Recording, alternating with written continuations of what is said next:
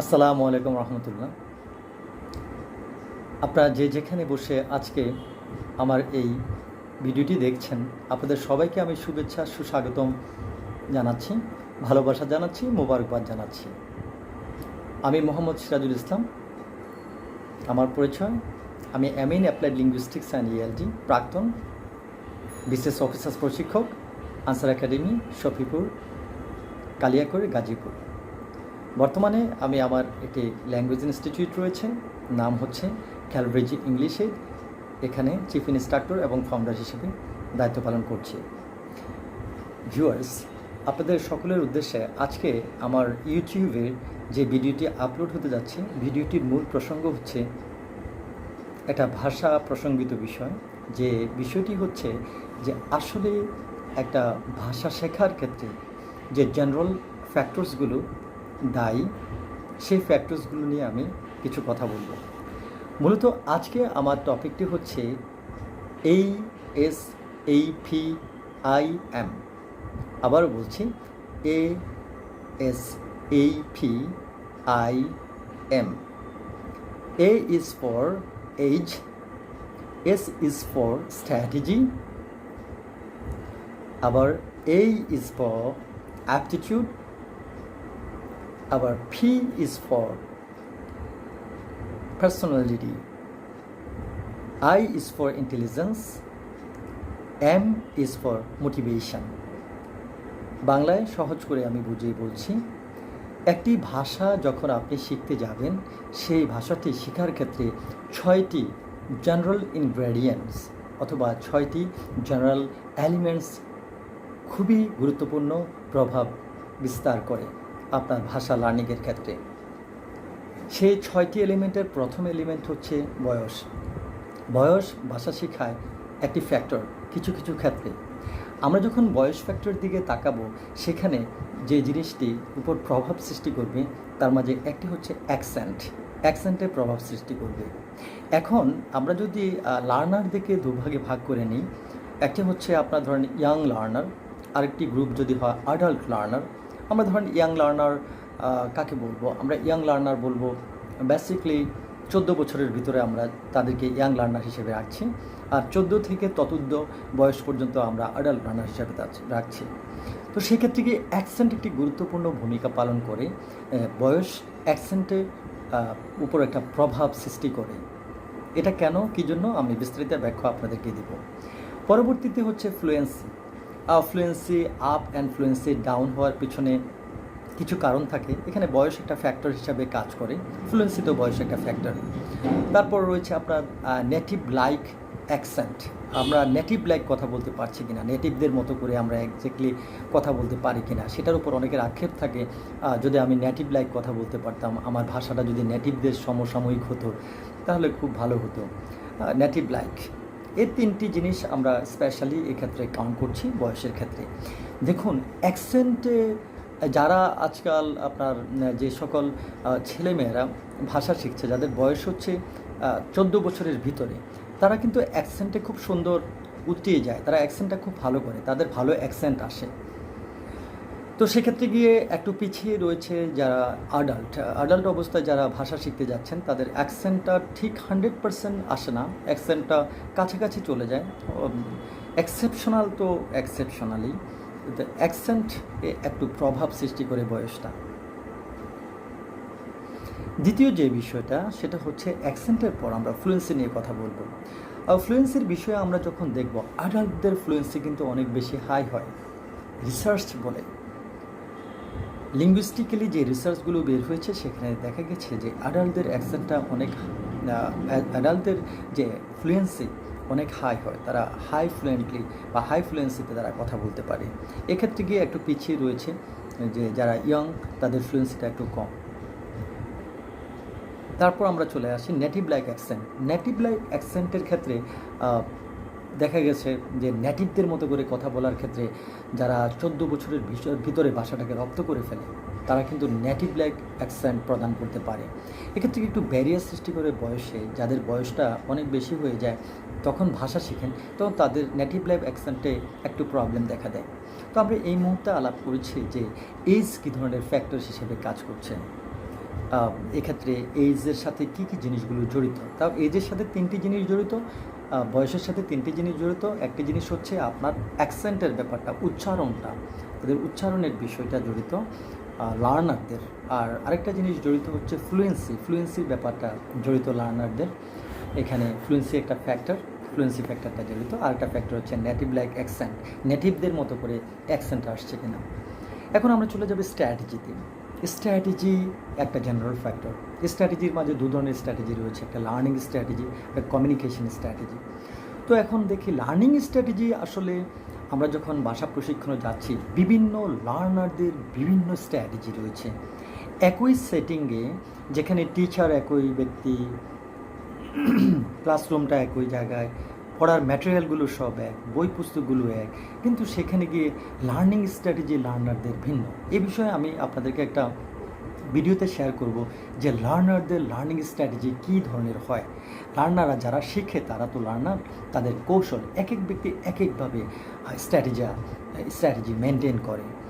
কেউ লিখে লিখে লিখে লিখে শিখে, কেউ কথা বলে শিখে, কেউ মুখস্থ করে শিখে, কেউ আবার কমিউনিকেট একে অপরের সাথে যোগাযোগ করে শেখে। তো এখানে লার্নিং একটা স্ট্র্যাটেজির ক্ষেত্রে 2টো পার্ট, একটা লার্নিং স্ট্র্যাটেজি, কে কোন স্ট্র্যাটেজিতে ভাষাটা রপ্ত করছে। আরেকটা হচ্ছে আপনার কমিউনিকেশন স্ট্র্যাটেজি। কমিউনিকেশনটা ডেভেলপ করার জন্য কে কীভাবে কমিউনিকেশনটা ডেভেলপ করছে। কমিউনিকেশন ডেভেলপের জন্য এক একজনের এক এক রকমের পদ্ধতি রয়েছে, এক একজন এক একভাবে কমিউনিকেশনটা ডেভেলপ করে। কেউ আগে শিখে পরে প্র্যাকটিক্যাল ফিল্ডে যায়, কেউ আগে প্র্যাকটিক্যাল ফিল্ডে যায়, যেতে যেতে শিখে, কেউ সরাসরি যেখানে একটা সিচুয়েশান রয়েছে, যে সিচুয়েশান যে অবস্থাতে গিয়ে যেটা করা দরকার সে ওখানে গিয়ে সরাসরি অ্যাপ্লাই করা শুরু করে, ভুল শুদ্ধ, ট্রায়াল অ্যান্ড ইররের মধ্য দিয়ে। তাহলে আমরা দেখলাম যে স্ট্র্যাটেজি এখানে 2 ধরনের হয়ে যাচ্ছে। একটা হলো লার্নিং স্ট্র্যাটেজি। লার্নিং স্ট্র্যাটেজি বলতে এটা একটা বিগ ইস্যু, যেমন একাডেমিক লার্নিং, এটা একটা লার্নিং স্ট্র্যাটেজিতে আসে। যে কোনো একটা জায়গায় আমরা শিখতে যাচ্ছি, শেখার একটা যে কোনো বিষয়, যেটা আমি কম্পিউটার শিখবো, আমরা ম্যাথমেটিক্স শিখবো, আমরা আমার ভাষা শিখবো, আমি পরীক্ষার জন্য পড়ালেখা শিখবো, এটা লার্নিং স্ট্র্যাটেজি। ইন্ডিভিজুয়াল লার্নারদের আলাদা আলাদা, স্বতন্ত্র লার্নারদের স্ট্র্যাটেজি আলাদা আলাদা।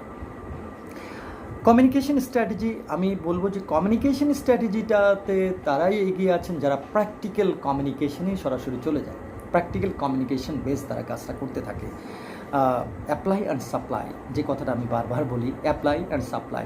আপনি অ্যাপ্লাই করছেন নিজের উপর, আর সাপ্লাই করছেন আপনি জিনিসগুলো যে অন্যের উপর, তাহলে কমিউনিকেশনটা খুব দ্রুত আসে।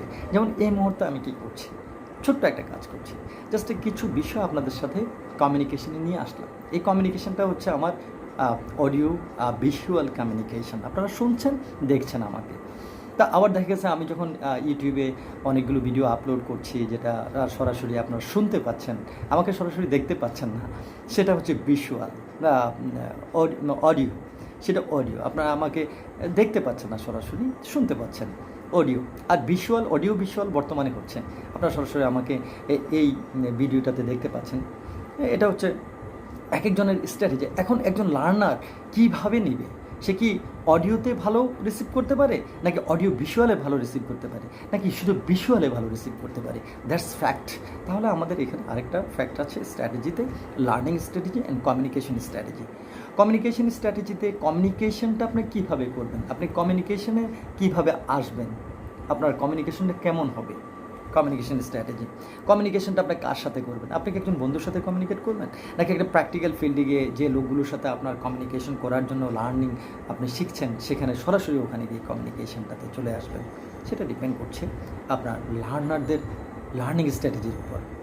ওকে, এখন আমরা চলে আসবো অ্যাপটিটিউড, যেটাকে এই অ্যাপটিটিউড হচ্ছে আপনার শেখার আগ্রহ। আপনি যে শিখতে চাচ্ছেন, এটার একটা আগ্রহ তো দরকার। প্রচুর ভিডিও ইউটিউবে আপনি দেখছেন, প্রচুর ব্যক্তির আপনি ভিডিও দেখছেন, আপনি প্রচুর পড়ছেন, আপনার আগ্রহটা থেকে এইগুলো জিনিসগুলো ঘটে। এখন আগ্রহের জন্য কিন্তু দেখেন, আপনি যে একটা ছেলে সে আমেরিকাতে যাবে, অথবা সে ইউরোপ কান্ট্রিতে যাবে, সেখানে সে আইএলটিএস দিচ্ছে, সে 2-3 মাস প্রিপারেশন নিয়ে বেশ ভালো আগ্রহ নিয়ে পড়ে কিন্তু সে পরীক্ষাটা দিয়ে দিচ্ছে। এই আগ্রহটাতে, অ্যাপটিটিউডটাতে 2টো জিনিস কাজ করবে। একটা হলো মোটিভেশন, আপনি কী পরিমাণে মোটিভেটেড আপনি কী পরিমাণে আপনি এটাকে চাচ্ছেন, আপনার চাওয়াটা, আপনি কতটুকু চান, সেই জিনিসটা এখানে কাজ করবে। মোটিভেশন একটা ফ্যাক্টর, তাহলে আমাদের সাব ফ্যাক্টর অ্যাপটিটিউডের হলো মোটিভেশন। মোটিভেশনটা এখানে কাজ করবে। আসলে আপনি মোটিভেট কি না, এটা শিখে আপনি কী করবেন, কোন কাজে আসবে, সেটা যদি আপনি ক্লিয়ার হয়ে যান, আপনার গন্তব্য যদি সুস্পষ্ট হয়ে যায়, আপনার চিন্তা, আপনার ভিশন যদি ক্লিয়ার হয়, আপনি গন্তব্যে ইনশাল্লাহ পৌঁছতে পারবেন। মোটিভেশনটা এখানে কাজ করে অ্যাপটিটিউডের ক্ষেত্রে, যে শেখার আগ্রহটা মোটিভেশন থেকে তৈরি হয়, শেখার আগ্রহটা তৈরি হয় হোললি সোললি মোটিভেশন থেকে। আপনাকে কতটুকু অনুপ্রাণিত হচ্ছেন, আপনি কতটুকু প্রেরণা, এনকারেজমেন্ট, মোটিভেশন আপনার পেছনে কাজ করছে জিনিসটা অ্যাচিভ করার ক্ষেত্রে। এরপর আমরা চলে আসব যে এখানে শর্ট টার্ম একটা মেমোরির ব্যাপার আছে, যে একটা জিনিস আপনি দেখছেন, একটা জায়গায় অ্যাটেন্ড করেছেন, অল্প সময় আপনি নিয়ে নিতে পারছেন, আবার দেখা গেছে অনেক লার্নার কিন্তু নিতে পারছে না, তাকে বহু সময় ধরে প্র্যাকটিস করতে হয়। এই শর্ট টার্ম মেমোরিটাও কিন্তু একটা গুরুত্বপূর্ণ একটা বিষয় অ্যাপটিটিউডের ক্ষেত্রে, আপনাকে এগিয়ে নিয়ে যাওয়ার ক্ষেত্রে, সামনের দিকে যাওয়ার ক্ষেত্রে। শর্ট টার্ম মেমোরি, দুটো মেমোরি আছে, একটা শর্ট টার্ম, একটা long term memory. Short term memory হলো তাৎক্ষণিক আপনি কী মনে রাখতে পারছেন, সেটা শর্ট টার্ম মেমোরি। এটা আমি সাইকোলজিক্যাল এডুকেশন অফ ফাউন্ডেশন, ওখানে গিয়ে আপনাদেরকে ওই সাবজেক্ট থেকে কিছু জিনিস শেয়ার করবো। Short term memory, long term memory, memory কীভাবে কাজ করে, মেমোরি কখন স্লো হয়, মেমোরি কীভাবে ডিলিট করে দেওয়া যায়, আবার মেমোরি কীভাবে সেট করা হয়, সেই বিষয়গুলো। তো এই বিষয়গুলো আমি আসবো ইনশাআল্লাহ। পরবর্তীতে আমরা চলে আসবো পার্সোনালিটি। পার্সোনালিটি একটা বড় ইস্যু, কিন্তু ইন্ডিভিজুয়াল লার্নারদের পার্সোনালিটি একটা গ্রেট ইস্যু। পার্সোনালিটিতে রয়েছে সেলফ এস্টিম, পার্সোনালিটিতে রয়েছে এক্সট্রোভার্সন। সেলফ এস্টিম মানে আত্মশ্রদ্ধাবোধ। অনেকেই কিন্তু আত্মশ্রদ্ধাবোধ বিষয়টা নিয়ে একটু গুলিয়ে ফেলে, যে আমার আত্মশ্রদ্ধাবোধ বলতে কী বোঝাচ্ছে। আসলে আত্মশ্রদ্ধাবোধ হচ্ছে আমার নিজের প্রতি নিজের শ্রদ্ধাবোধ। আমি যে ভাষাটা শিখব, আমি আসলে কনফিডেন্ট কতটুকু, আমি কি কনফিডেন্স নিয়ে ভাষাটা শিখতে যাচ্ছি, আমি কি এটা ভাবতে পারছি যে এই ভাষাটা আমি শিখতেই পারবো, আমার সেই পজিশন আছে, আমি নিজে সেই জায়গায় চলে যাব, আমি শিখব, আমি শিখে এটাকে অ্যাপ্লাই করব, আমার ভিতরে কনফিডেন্সটা আত্মশ্রদ্ধাবোধ থেকে জন্ম লাভ করে। আসলে আপনি ভাষা শেখার ক্ষেত্রে আর আপনার প্রতি আত্মশ্রদ্ধাবোধ কতটুকু রাখতে পেরেছেন, সেটা ডিপেন্ড করে আপনার কনফিডেন্সের উপর। আত্মশ্রদ্ধাবোধ যাদের বেশি থাকে, সেলফ এস্টিম থাকে, তারা কিন্তু খুব দ্রুত ভাষাটাকে রপ্ত করতে পারে। আমি কিন্তু ভাষাটার উপরেই টোটালি কথা বলছি। এটা ভাষা, এটা ইংরেজি ভাষা হোক, অ্যারাবিক হোক, এটা যে কোনো ভাষা হোক, সেই ভাষার উপরেই কিন্তু আমি কথাগুলো বলছি। আত্মশ্রদ্ধাবোধ একটা ফ্যাক্টর। দেখবেন আপনি একজন আত্মশ্রদ্ধাবোধ, হাই স্টিমড পজেস করছেন, উনি অল্প সময় ভাষাটা শিখে ফেলছেন। আবার অনেকে বলছে আমি পারবো না, আমার দ্বারা হবে না, এটা ভেরি মাচ ডিফিকাল্ট, এটা শিখে আমি কী করব, আমার এটার কোনো কাজের নেই, আমি ছোটোখাটো একটা জব করি। তাহলে আত্মশ্রদ্ধাবোধে কিন্তু আপনি পিছিয়ে পড়ছেন। প্রত্যেকে একটু হাই সেলফ এস্টিম ধারণ করা উচিত। আত্মশ্রদ্ধাবোধটা যদি আপনার কাছে উঁচু থাকে, তাহলে আপনি তাড়াতাড়ি ভাষাটা শিখতে পারবেন। আমরা আজকে টোটাল বিষয়টা হচ্ছে যে অ্যাচিভিং ওর গেইনিং ওর অ্যাকুয়ারিং সেকেন্ড ল্যাঙ্গুয়েজ। সেকেন্ড ল্যাঙ্গুয়েজ আমরা কীভাবে অর্জন করব, কীভাবে অন্তরে গাঁথবো, আমরা কীভাবে এটাকে লাভ করব, কীভাবে এটাকে অর্জন করব, কীভাবে এটাকে আমি নিজের মতো করে আমি যে কোনো সিচুয়েশনে অ্যাপ্লাই করতে পারবো, সেটার উপর আজকে লার্নারদেরকে নিয়ে আমার এই টপিকটি। তাহলে সেলফ এস্টিম একটা বিষয়, গুরুত্বপূর্ণ বিষয়। যারা হাই সেলফ এস্টিম নিয়ে থাকে, তাদের ভাষাটা শিখতে বেশি সময় লাগে না। আপনাকেও হাই সেলফ এস্টিম পোষণ করা উচিত আমি মনে করি। এরপর চলে আসে আমরা এক্সট্রোভার্সন। দু ধরনের ক্যারেক্টারিস্টিক্স মানুষের মাঝে দেখা যায়, একটা হলো ইন্ট্রোভার্ট আর হলো এক্সট্রোভার্ট। ইন্ট্রোভার্ট ক্যারেক্টার যে লোক যেনারা আছেন, ওনারা সবসময় একা বসে থাকেন, একা সব করেন। ওনারা সাধারণত ফিল ডিপেন্ডেন্ট একটা জিনিস আছে, আর ইন্ডিপেন্ডেন্ট এটা নিয়ে এখন কথা বলছেন, অন্য প্রসঙ্গে অন্য সময় কথা বলবো। যে একা একা থাকতে পছন্দ করেন, একা কারোর সাথে মিশতে চান না, তাদের কিন্তু এখানে তারা কিন্তু ইন্ট্রোভার্ট।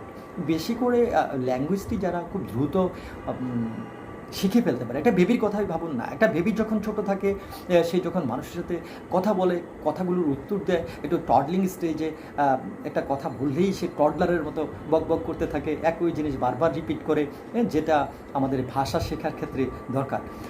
তেনারা কিন্তু এক্সট্রোভার্ট ক্যারেক্টার হয়, এমন কেউ খুব কুইক ভাষাটা শিখে ফেলে। একা একা ভাষা শেখা যায় না। তাহলে আপনাকে একটু এক্সট্রোভার্সন থাকতে হবে আপনার ভিতরে। এক্সট্রোভার্সন আসলেই কিন্তু আপনি লার্নার হিসেবে আপনি তাড়াতাড়ি ভাষাটি শিখতে পারবেন। আর ইন্ট্রোভার্ট থেকে একটু এক্সট্রোভার্ট পর্যায়ে কিন্তু আপনাকে একটু বেরিয়ে আসতে হবে। ওকে, তাহলে আমরা বুঝলাম যে ইন্ট্রোভার্ট হলো অন্তর্মুখী, এক্সট্রোভার্ট বহির্মুখী স্বভাবে।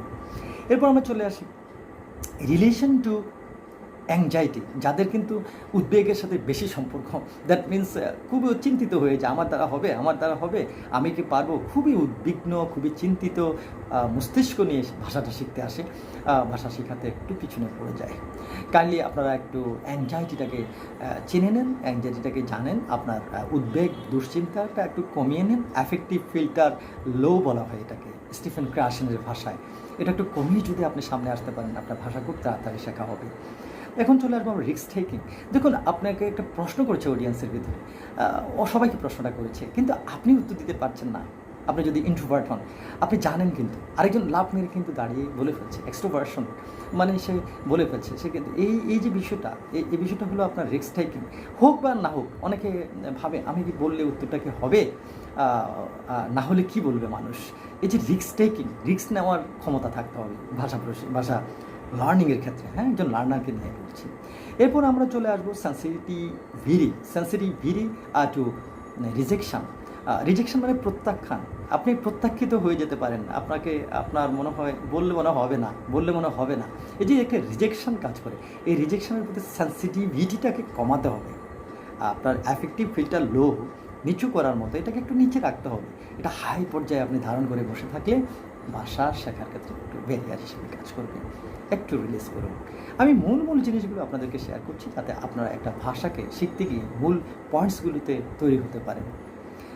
এই ভিডিওটি আমার ইউটিউবে পাবলিশ হবে, আপনারা ইউটিউব থেকে দেখে নেবেন। টপিকটি হচ্ছে achieving, gaining and acquiring second language. Okay, তারপর চলে আসুন যে পার্সোনালিটির আরেকটা পয়েন্ট, যে রিস্ক টেকিং চলে গেল, সেন্সিটিভিটি, এরপর ইনহিবিশন মানে আমি নিজের সকল দরজা বন্ধ করে রাখলাম, আমি ইনহিবিটর, আমার বাইরে থেকে কিছুই ঢুকতে দেবো না। একজন ব্যক্তি আমার সাথে কমিউনিকেট করতে চাচ্ছে, আমি বাংলায় করছি, উনি ইংরেজিতে বলছে, আমি বাংলা বলছি, এই ইনহিবিশনের বিষয়টা একটু খেয়াল রাখতে হবে। ইনহিবিশনটাকে লো করতে হবে, কমাতে হবে ভাষা প্রশিক্ষণ, ভাষা লার্নিংয়ের ক্ষেত্রে। এখন আমরা দেখব ইন্টেলিজেন্স হলো বুদ্ধি, দিত্যতার ব্যাপার। কেউ রিডিংয়ে ভালো, কেউ স্পিকিংয়ে ভালো, কেউ রাইটিংয়ে ভালো, কেউ আবার তিনটাতে খারাপ, একটাতে ভালো, আবার কেউ তিনটায় ভালো, একটায় খারাপ। এই জিনিসগুলো আসলে ইন্টেলিজেন্সের উপর ডিপেন্ড করে। ইন্টেলিজেন্স আপনার বুদ্ধিমত্তার উপর ডিপেন্ড করে। ইন্টেলিজেন্সের পর আমরা চলে আসবো 6 নম্বর পয়েন্ট, যেমন আই ইন্টেলিজেন্স। এখন এম হচ্ছে মোটিভেশন। It's great issue. আপনি মোটিভেট যদি না হন, আপনাকে কেউ যদি অনুপ্রেরণা না দেয়, আপনি নিজে অনুপ্রেরিত হবেন। মোটিভেশন দুই ধরনের, একটা হলো ইন্ট্রেন্সিক, আরেকটা হলো এক্সট্রেন্সিক। ইন্ট্রেন্সিক মানে মোটিভেশনটা হলো ভিতর থেকে একটা মোটিভেশনের জন্ম লাভ করা, একটা প্রেম জন্ম লাভ করা, একটা ভালোবাসা জন্ম লাভ করা কোনো কিছুর জন্য। এরা কিন্তু অনেক দূর চলে যায় এই ভাষায়। আপনি সেটা ইংরেজি ল্যাঙ্গুয়েজের ক্ষেত্রে যদি আমরা বলি, আপনি ইংরেজি ল্যাঙ্গুয়েজে দেখা গেছে মোটিভেশন থেকে একজন মানুষ দেখা গেছে সায়েন্সে অনার্স মাস্টার্স করেছে, এরপর তার তীব্র একটা মোটিভেশন ছিল, সে সায়েন্সে থাকা অবস্থায় ভালো ইংরেজি জানতো, ভালো পড়ালেখা করেছে, সায়েন্সে ভালো রেজাল্ট করার পরেও সে আস্তে আস্তে মোটিভেটেড হয়ে সে কিন্তু ইন্ট্রেন্সিক মোটিভেশনের কারণে সে কোথায় আসলো, সে লিঙ্গুইস্টিক্সে সেকেন্ড মাস্টার্স করলো। যেখানে লিঙ্গুইস্টিক্সের সেকেন্ড মাস্টার্স 1 ইয়ারে করা যায়, সেখানে 1 ইয়ারের জায়গায় উনি 66 ক্রেডিটস নিয়ে সেকেন্ড মাস্টার্সটা করলো। যেখানে 44 ক্রেডিটস করলেও হয়, সে আবার 66 করা যায়, সে 66 ক্রেডিট আওয়ার্ড নিয়ে সে করলো, সকল সাবজেক্ট বাড়িয়ে নিল। এটা হচ্ছে আপনাকে ইন্ট্রেন্সিক মোটিভেশন। এখান থেকে সে কী হলো, সে সায়েন্স থেকে লিঙ্গুইস্টিক্সে আসলো, লিঙ্গুইস্টিক্স থেকে এবার মোটিভেটেড হয়ে ডিগ্রি অ্যাচিভ করলো। এরপর সে এই ডিগ্রিটাকে কিন্তু মানুষের মাঝে সার্কুলেট করে দিচ্ছে। এই জিনিসগুলো থেকে আসলে ইন্ট্রেন্সিক মোটিভেশন। এক্সট্রেন্সিক মোটিভেশন, একজন মেজর জেনারেল, দেখা গেছে মেজর জেনারেল, উনি রিটায়ারমেন্টে আসার পর কিন্তু উনি ভালো ইংরেজি জানার খুব তীব্র ইচ্ছা, উনি একটা ডিপ্লোমা করলো, উনি এটা করে উনি দেখে ইউসাইডে জয়েন করলো, উনি IMF-এ জয়েন করলো, উনি ইন্টারন্যাশনালি দেখা গেছে অন্য কোনো কান্ট্রিতে চলে গেলো, দেখতে পাচ্ছে যে লাইফটা কিন্তু খুবই রোজি, এই জাতীয় ব্যক্তির জন্য ভালো অপরচুনিটি অপেক্ষা করছে। তখন উনি এটা এক্সট্রেন্সিক পর্যায়ে, মানে বাহ্যিক দিক থেকে জিনিসটা দেখে এটাকে উনি অ্যাপ্লাই করার জন্য, এই ভাষাটাকে রপ্ত করার জন্য উনি উঠে পড়ে লাগলো। মানে এটা একটা প্রফিট বলা যায়, একটা সুযোগ, চান্স, একটা অপরচুনিটি। ইনাদের এরকমের একটা মোটিভেশন কাজ করে।